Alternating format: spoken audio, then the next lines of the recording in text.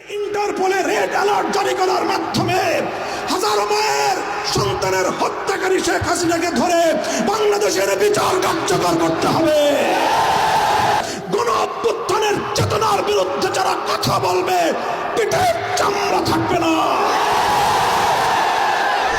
এদেশের মানুষ আর আওয়ামী লীগের রাজনীতি করবে না।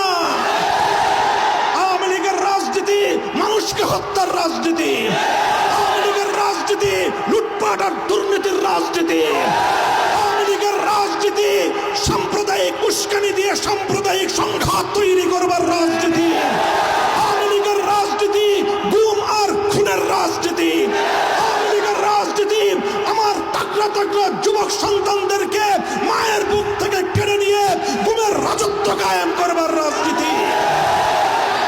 এই রাজনীতি আর বাংলাদেশের মানুষ, বাংলাদেশে আর এই রাজনীতি করা যাবে না। শেখ হাসিনাকে বলতে চাই, পালিয়ে গেছেন ভারতে। বাংলাদেশের 1 ইঞ্চি মাটি, বাংলাদেশের 1 ইঞ্চি জলপথ, নৌপথ এবং সড়ক পথ পালিয়ে যাওয়ার জন্য